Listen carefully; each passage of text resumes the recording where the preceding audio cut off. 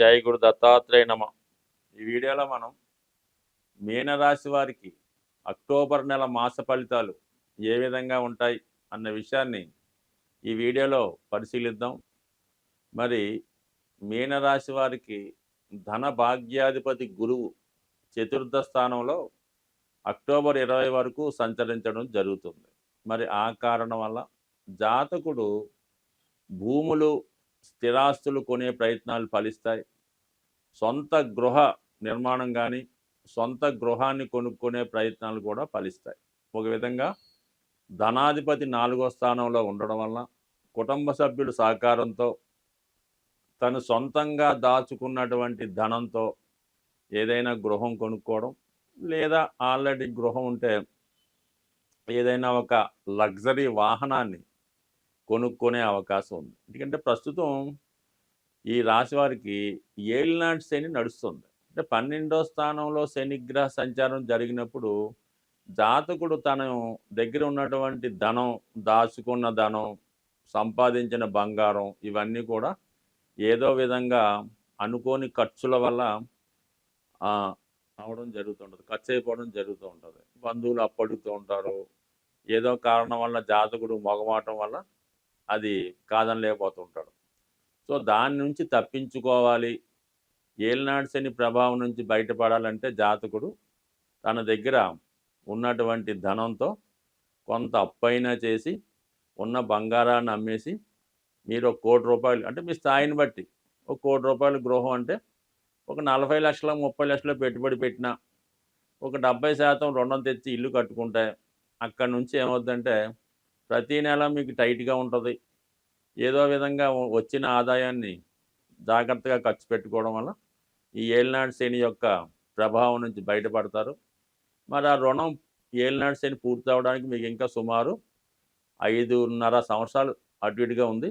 మరి ఆ అప్పు పూర్తవబోతులకి మీ ఈ విధంగా ఈ సమయం కూడా జరుగుతుంది. అప్పుడు మీరు కొనుక్కున్నటువంటి ఇల్లు ఒక 2 కోట్లన్న అవుతుంది. సో ఆ విధంగా చేసుకుంటేనే మంచిది తప్ప ఈ సమయంలో మీరు ఏదైనా వ్యాపారం చేసినా, ఎవరికన్నా అప్పు ఇచ్చినా, ఏదో విధంగా ఎక్కువ వడ్డీ వస్తుందని వడ్డీ వ్యాపారం చేసినా టోటల్గా పోగొట్టుకోవడం జరుగుతూ ఉంటుంది. తిరిగి మీరు అప్పులు పాలవడం జరుగుతుంది. కాబట్టి కేవలం స్థిరాస్తి కొనే ప్రయత్నం చేయండి. మీ దగ్గర డబ్బులు ఉన్నా లేకపోయినా అది 2 విధాలుగా కూడా మీకు దాని ప్రభావం నుంచి బయటపడతారు. దానికి ఏంటంటే ఈ కుజుడు యొక్క అనుగ్రహం మీకు సంపూర్ణంగా ఉంది కాబట్టి, అంటే కుజుడు బలం ఉంటేనే మనం స్థిరాస్తి కొనగలం, కొనిన దాన్ని సంపాదించి దాచుకోగలం. ధైర్యంగా అప్పు చేయాలన్నా, తెచ్చిన అప్పు తీర్చాలన్నా కుజగ్రహ అనుగ్రహం తప్పనిసరి. అటువంటి కుజుడు మీకు ధన భాగ్యాధిపతిగా చతుర్థ స్థానంలో సంచరించడం అక్టోబర్ 20 లోపు ఖచ్చితంగా మీరు ధైర్యంగా కొనుక్కోండి, చాలా మంచి ఫలితాన్ని పొందుతారు.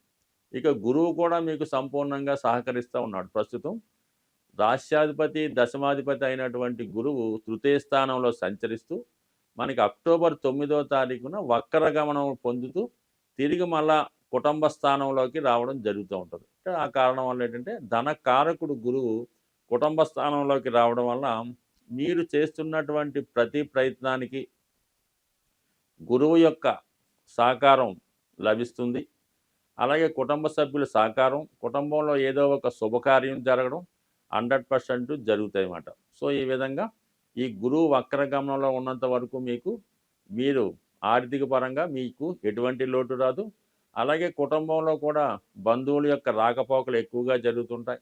ఏదో ఒక పుణ్య కార్యక్రమం, పూజా కార్యక్రమం, పూజలు భజనలు జరుగుతూ గృహం ఒక దేవాలయంలా కనబడుతూ ఉంటుంది. సో అలాగే ఫ్యూచర్లో ప్రస్తుతం వృషభ రాశిలో ఉన్నటువంటి గురువు నెమ్మదిగా చతుర్థ స్థానంలోకి తన ప్రయాణం చేస్తున్నాడు. కాబట్టి ఏది ఏమైనా మీనరాశి వారికి గృహయోగం ఉన్నది.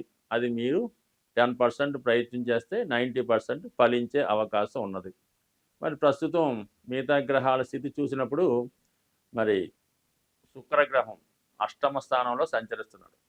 అంటే శుక్రుడు అష్టమ స్థానం అన్నది ఏంటంటే చాలా సౌభాగ్యాన్ని, అదృష్టాన్ని కలిగిస్తుంటుంది, ఆకస్మిక లాభాన్ని కలిగిస్తూ ఉంటుంది. వివాహ ప్రయత్నాలు ఏమైనా చేస్తున్న వారికి అనూహ్యంగా వివాహ ప్రయత్నం ఫలించడం, మీరు అనుకున్న దానికన్నా వివాహానికి ఎక్కువ ఖర్చు అవ్వడం జరుగుతుంది. అంటే కేవలం వివాహం అనేది మీకే కాకుండా మీ సంతానానికి కానీ మీ యొక్క బంధువులంటే రక్త సంబంధీకుల వివాహం కూడా ఈ సమయంలో జరగడం, మీరు ఎక్కువగా ఈ సమయంలో శుభకార్యాల్లో పాల్గొనడం, ఎక్కువగా మరి అందరికీ సహకరించడం, ఏ కార్యక్రమం మీ కుటుంబంలో జరిగినా దాన్ని మీరు ప్రముఖ పాత్ర వహిస్తూ దాని యొక్క ఆర్థిక భారాన్ని మీరు 100% దాన్ని వహిస్తూ ఉంటారు.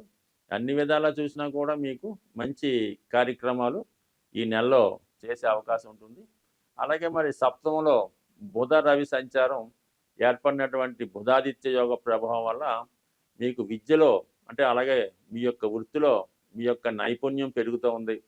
వృత్తిలో కొత్త కొత్త విధానాలు ప్రవేశించి మీరు చాలా సమర్థవంతంగా మీ యొక్క కార్యక్రమాల్ని పూర్తి చేస్తారు. అలాగే అదనపు ఆదాయం కొరకు ఏమైనా ప్రయత్నం చేస్తుంటే మరి కొద్దిగాటి చిన్నపాటి ఉద్యోగులు ఎవరన్నా మీన రాశిలో ఉంటే వారు అదనపు ఆదాయం కొరకు ఏదైనా పార్ట్ టైం జాబ్ చేసుకోవచ్చు.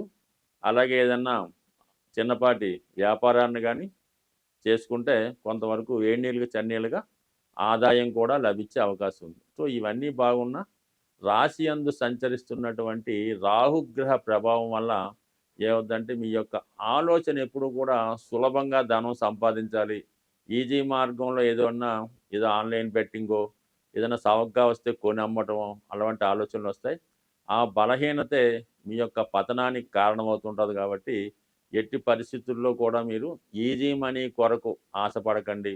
తక్కువగానో సవగ్గానో వస్తుందని ఎట్టి పరిస్థితుల్లో కూడా వాటిని నమ్మకండి. ముఖ్యంగా ఆన్లైన్గా పరిచయమైన వాళ్ళు, ఫోన్లో పరిచయమైన వాళ్ళు, ఫేస్బుక్లో పరిచయం వాళ్ళతో నమ్మి వారితో ఎటువంటి వ్యవహారాలు చేయొద్దు. ముఖ్యంగా ఈ మీనరాశి వారి జీవితంలో మీ దగ్గర ఏదైనా ధనం ఉందని తెలిస్తే కేవలం మీ దగ్గర బంధువులే వాళ్ళకి ఏదో అవసరం ఉందని మీ యొక్క ధనాన్ని అంటే మీ యొక్క జాలి గుణం వల్ల వాళ్ళకి ఏదో ఉద్యోగం పోతుందనో లేదంటే ప్రాణం పోతుందనో మిమ్మల్ని బలహీనపరిచి మీ దగ్గర ధనం తీసుకొని తిరిగి మళ్ళీ మీ జీవితంలో మీ ముఖం చూడరు, వాళ్ళు ఎప్పుడు ఫోన్ ఎత్తరు, మీతో మాట్లాడరు. ఆ విధంగా డబ్బు ఇచ్చి బంధుత్వాన్ని పోవడం అన్నది మీనరాశి వారి ప్రత్యేకత.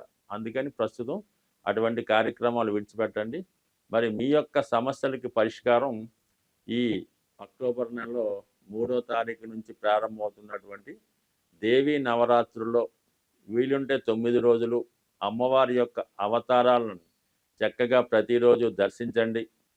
అలాగే ప్రతిరోజు ఏదో ఒకగా ఇది మీకు తోచినంత సహాయం ఏదైనా పేదవారికి వాళ్ళకి చేయండి. లేదంటే ఏదైనా పక్షులకి ఆహారం వేయటం కానీ, గోశాలకు దర్శించి వాళ్ళని ఏదన్నా గోవులకి సేవ చేయడం కానీ, ఇటువంటి సేవా కార్యక్రమాల్లో పాల్గొనడం, అమ్మవారిని వివిధ రూపాల్లో అంటే 9 రోజులు మీరు దర్శిస్తే ఒక్కొక్క రోజుకి ఒక్కొక్క గ్రహం మీకు శాంతించి మొత్తం నవగ్రహాలు మీ యొక్క అనుకూలమైనటువంటి స్థితి ఇవ్వడం జరుగుతుంది.